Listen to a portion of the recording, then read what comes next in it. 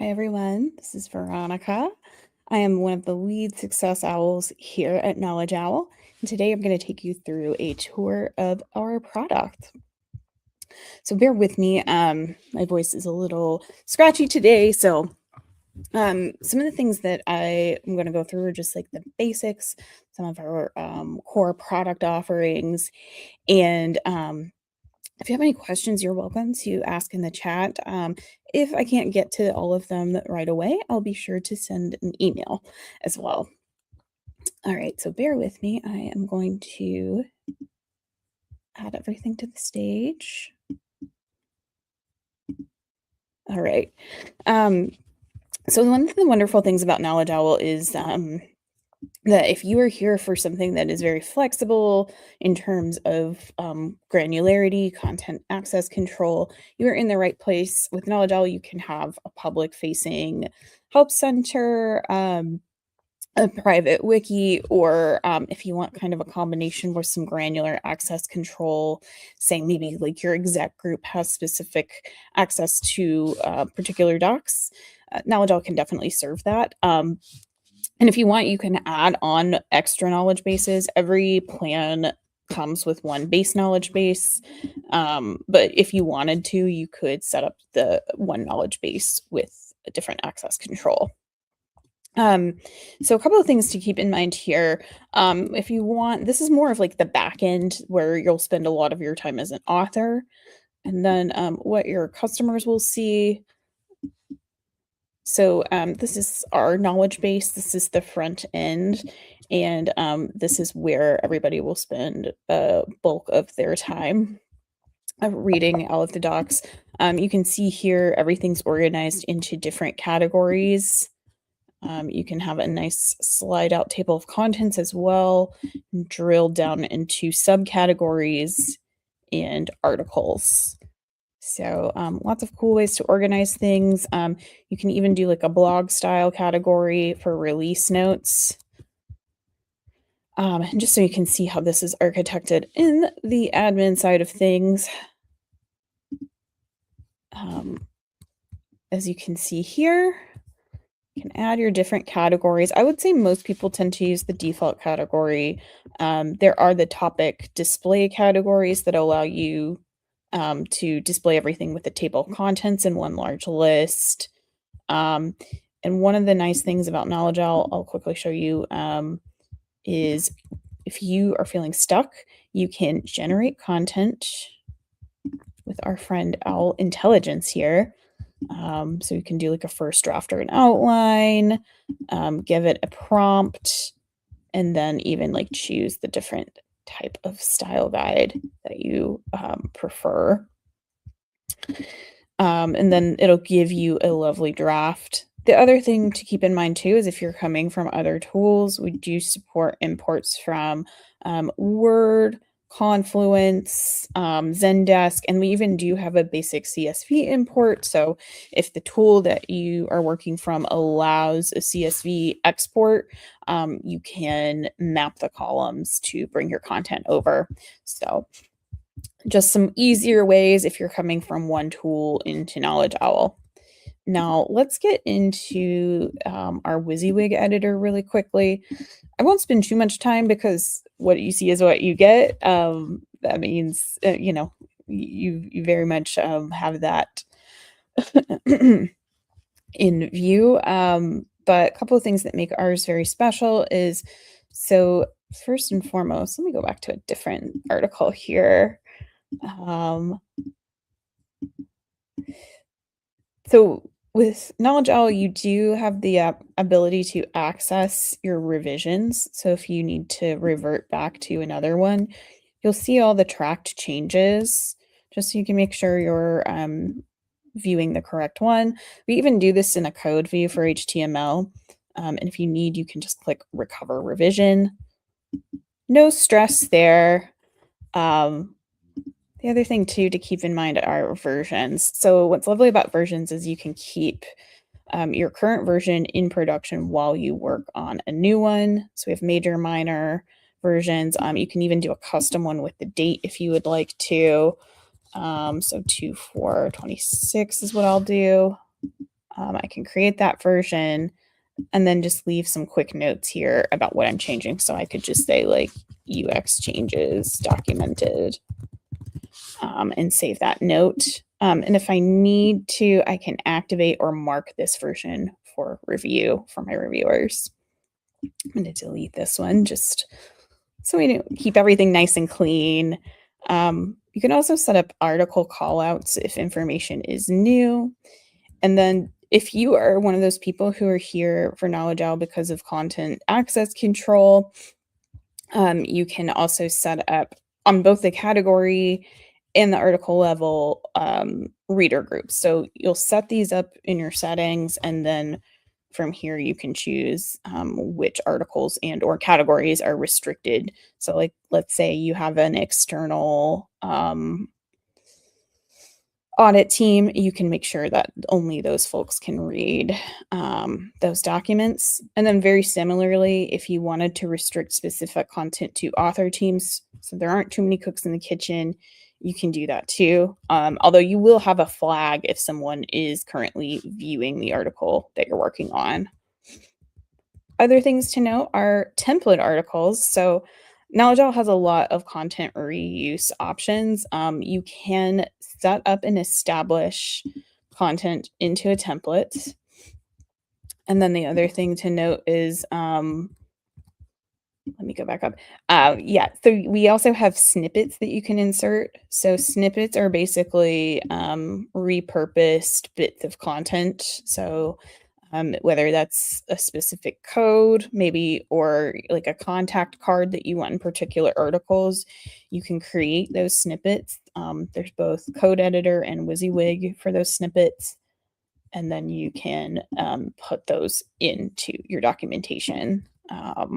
So that's another way to reuse content. Again, pretty basic WYSIWYG. Some things to also keep in mind. You can set up these lovely article callouts for key information. We do support internal and public-facing tagging, as well as search phrases. Those help optimize your content in your search, though your entire knowledge base is indexed. And then meta descriptions. Even if you're not a public-facing knowledge base, this gives a nice preview as to what the article is about for your readers. All right, so let's get into the manage section over here. So this is a great way to just have some, pre-built filters that we have for you. So if you're looking for this is just at a glance, like I'm looking for everything that's in draft state, I can quickly pull that. But if I want, I can get even more drilled down. And you can name and reuse these filters too. So, like if I wanted to find all content by Kate that's maybe in needs review, and even like include and exclude specific tags, I can create that filter. So I can see here, there's this one article that needs review. I can click straight into it to do the review. If I had multiple articles, I could even do some bulk edit options. So if I wanted to remove status or add some call outs, I could in bulk, keep certain restrictions. I can even archive and delete. And the one thing I will say is if you get very scared that you've deleted something, no stress, it's not gone forever. There is actually a filter to pull up those deleted articles. So while it is in a deleted state, it's not gone forever. So don't stress. All right. My other favorite feature here is our glossary. So this allows you to set up a glossary page for particular terms. I will show you our glossary page as well. All right. So you can see here, it's got some of our most common terms. I think if I find, let's see. So the other thing about this is that it does create a hover over definition. So like if I wanted to just have a term and not have to switch context, that definition does indeed pop up. So that's one of those features that I highly recommend using. You can even set it up, I think it's up to 10 times per article that you can highlight a glossary definition. Very, very cool. Right. And then we briefly talked about snippets and we did talk about tags as well. You can generate usage reports around your tag as well as bulk create and edit over here. So, if you're trying to keep up with all the different tags, they're all in this lovely place here. You can see we use lots of internal tags for the manage section here. We do have a file library for you as well. Anytime you add an image to the WYSIWYG, it will automatically add it to the file library. But this is where you can keep things nice and organized, add labels, and you can even click to see which articles and categories the files are referenced into. Other tools to keep in mind, we have an advanced search feature. So this is really great for regex patterns, or if you're looking for like specific elements of code that you've created in your docs instead of just the text. And it'll pull up a report with all the results. And then similarly too, hopefully you don't have any broken links, but we do have this broken link checker. This can pull 301, 302, 401, all of those great reports, and even scan archives and drafts. And then you can download, generate and then download a CSV report of those broken links. And I know we covered imports, but the one thing we didn't talk about were exports. So with KnowledgeOwl, you can export an entire HTML zip file. We do keep backups on multiple servers, but that is an option for you. And then similarly, like if you want just a standard PDF of your entire knowledge base, you can include or exclude private content. You can do that or build like a custom PDF. So maybe there's just a specific category or handful of articles that you would like, or like maybe a specific topic across multiple categories. You can set that custom PDF here and then regenerate as needed. Delete if you don't need it anymore. All right, and we're coming up in one of my personal favorite sections. I will probably say that a lot, but this is reporting. So if you're interested to see how your knowledge base is performing, we do have, this was kind of our original iteration of reporting. This is very at a glance, so we do have article ratings. So you can see like a report of your thumbs up, thumbs down, or stars. Maybe you are more of a star person. And then a quick view of popular articles. So this is just 2 minutes or more on an article. You also can see articles with 0 views. This might just be an indicator that maybe some information needs to just have a quick look, or maybe there's something outdated that people aren't quite reaching for. And then searches with no results. A lot of times it'll be typos here and there that could maybe help inform search optimization and or even product development if you're a software company. Maybe someone's searching for some really cool AI tool, and then you plant that seed with your development team. The really cool thing is Owl Analytics. So if you use analytics suites, you're trying to move away from things like Google Analytics or Hotjar, and you want something that's very tailor-made for your knowledge base in mind, this is the tool. You can get just a lovely overview with these maps of different visitors over time, and average visits, bounced visits, those types of things. You even can see a log of every action taken. If you have logged in readers and they have cookies enabled and you've opted into that, you can see who's engaging and doing what. And then there's even like this cool map, so you can see where all of your visitors are from. It's kind of nice to look at. But other than that, we do have specific behavior reports. So if you want to see how an individual URL is performing, this will give you that report. So let's say I want to go in and see a drill down of how um, the article settings page is doing, I can look at a segmented visitor log, or I can open this transitions report, which for some reason on my laptop it's all the way down here. But this will give me a view of this is like the actual page itself and the incoming and outgoing traffic. And then I can see what pages they've entered from, and then maybe what their next step was, or any searches that have popped up as well.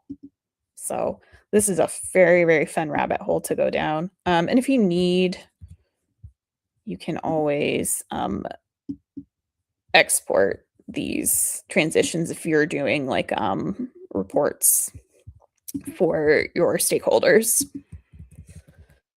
Other elements of KnowledgeOwl that are worth calling out, we do support a contact form. So if you ever click contact support, this is what the contact form looks like.